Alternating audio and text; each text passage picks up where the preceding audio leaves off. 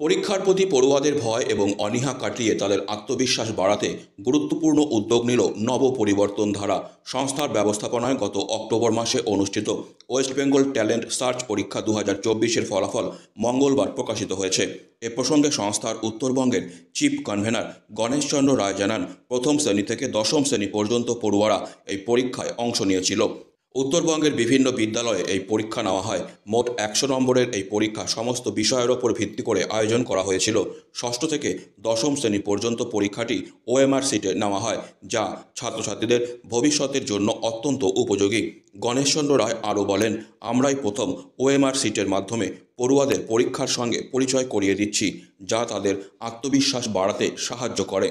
তিনি আরও জানান, পরীক্ষার ফলাফল পরীক্ষার্থীরা সংস্থার ওয়েবসাইটে রোল নম্বর দিয়ে দেখে নিতে পারবে। এই উদ্যোগের মাধ্যমে নব পরিবর্তন ধারা পড়ুয়াদের পরীক্ষার প্রতি ভয় কাটানোর পাশাপাশি তাদের ভবিষ্যৎ প্রস্তুতিতে সাহায্য করতে চায়।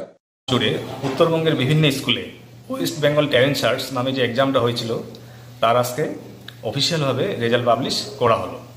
যে সমস্ত ছাত্রছাত্রী এই পরীক্ষায় পার্টিসিপেট করেছিল তারা তাদের নির্দিষ্ট রোল নম্বর দিয়ে আমাদের এই সংস্থার যে ওয়েবসাইট রয়েছে সেখানে সাবমিট করলেই তৎক্ষণাৎ রেজাল্ট দেখতে পাবে। কী কী বিষয়ে পরীক্ষা হয়েছিল?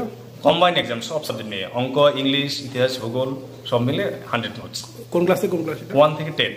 এটা উদ্দেশ্য কি আপনাদের এই ধরনের? আমাদের এই পরীক্ষাগুলো নেওয়ার একটাই উদ্দেশ্য, সেটা হচ্ছে ছাত্রদের পরীক্ষা সংক্রান্ত ভয়ভীতি দূর হওয়া, এবং আমাদের 6 থেকে 10 পর্যন্ত যে ওএমআর শিটে পরীক্ষাটা হয় সেটা ছাত্রছাত্রীদের ভবিষ্যতে অনেক কাজে লাগে এবং ওএমআর সাথে আমাদের এই সংস্থায় প্রথম পরিচয় করে দেয়।